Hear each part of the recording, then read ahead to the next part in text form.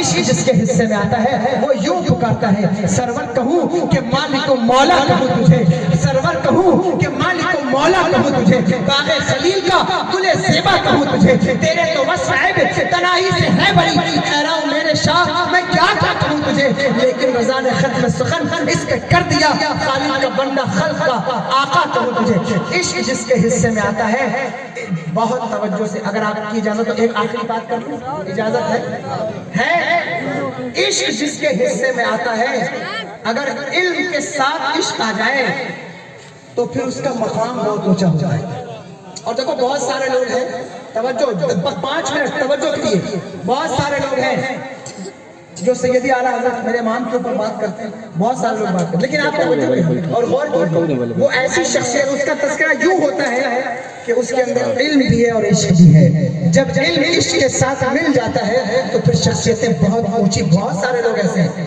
جو کہتے ہیں اعلیٰ حضرت کہاں صوفی ہیں اعلیٰ حضرت کو کہاں عشق ہے انہوں نے تو سجدوں سے روکا انہوں نے قوالی سے روکا انہوں نے سما سے روکا انہوں نے یہ بہت ساری چیزیں ہیں جو لوگ کہتے ہیں لیکن آپ توجہ سے اعلیٰ حضرت کو پڑھیے تھوڑے سے علم پر اتراؤ مت یاد رکھو اعلیٰ حضرت وہ شخصیت ہے اعلیٰ حضرت خدا کی قسم یہ مخدوم سمنا کی کرامت کا نام ہے اعلیٰ حضرت یہ کچوچا شریف کی برکت کا نام ہے ماریرہ شریف کے تبرک کا نام اعلیٰ حضرت ہے اب میں آگے کیا بول سکتا ہوں بس اتنا کہہ سکتا ہوں کہ اخلاق کی چونکہ بات ہے تو اعلیٰ حضرت سے بڑا صوفی آپ کہتے ہیں اعلیٰ حضرت صوفی نہیں ہے عاشق نہیں ہے آپ ان کو پڑھیے فتاوی رضویہ نہیں پڑھ سکتے تو ہدایت بخشش پڑھیے آپ کو پتہ چلے گا انہوں نے کیا کیا عشق کے جلوے بکھیرے ہیں اور آج کے نام نہاد صوفی خدا کی قسم اعلیٰ حضرت کی کتاب سے زہدۃ الزکیہ سے اور تصوف کی کتاب سے یہاں گرہ کھول دوں اٹھ کے آپ بھاگ جائیں گے مجمع متحمل نہیں ہے ان کی بات سننے کا ابھی میں ایک گرہ کھولوں گا آپ ان کے بھاگ جائیں گے کہ یہ کیا بات کر رہے ہیں آپ نہیں جانتے کہ وہ کتنے بڑے صوفی تھے اور کیسا عشق کا رنگ ان کے اوپر تھا آپ ان کو صرف عالم سمجھتے ہیں نہیں آپ کے سجدوں سے منع کیا ابھی میں نے حیدرآباد میں یہ بات کی تھی وہاں کے ایک صوفی صاحب ہیں وہ کہتے تھے کہ اعلیٰ حضرت جو ہے وہ صوفی نہیں ہے اور وہ عاشق نہیں ہے وہ کہتے تھے حیدرآباد کے اندر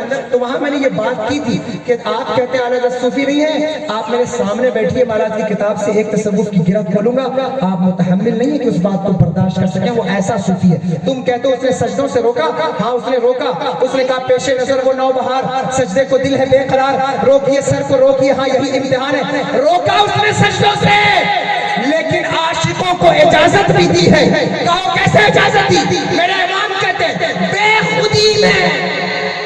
بے خودی میں سجدے کر یا کہ روزے کا طواف جو کیا اچھا کیا پھر تجھ کو کیا سر میں روزہ جھکا پھر تجھ کو کیا دل میں ساجد نچ لیا پھر تجھ کو کیا تم کہتے ہو خدا کی قسم میرے اعلیٰ حضرت پڑھیے غور کریے ان کو اور میں صرف ہدایت بخشش کی طرف آپ کو دعوت مطالعہ نہیں دیتا اعلیٰ حضرت کی تصوف کی کتابوں کی طرف آپ آئیے اگر آپ کو اعتراض ہے آپ پڑھیے لیکن بد اخلاقی نہ کیجیے بدتمیزی نہ کیجیے بے حیائی نہ کیجیے وہ علماء کی شان میں چاہے وہ علماء بریلی کے ہوں چاہے وہ علماء کچوچا کے ہوں چاہے وہ علماء مارہرہ کے ہوں کسی بھی خانقاہ کے علماء ہوں ہمیں اور آپ کو حق نہیں پہنچتا ہم میں سے جو بھی ان کی شان میں زبان کھولے گا نہایت ہی اخلاقی پسماندگی کا شکار وہ شخص ہوگا بدترین شخص ہوگا یاد رکھنا غوث اعظم کی محفل میں بیٹھے ہو اگر علماء کے بارے میں جسارت سے کام لیتے ہو اور قادری ہو تو خدا کی قسم حضور غوث اعظم کو اس واقعے کو یاد کرو فرماتے ہیں میرے 3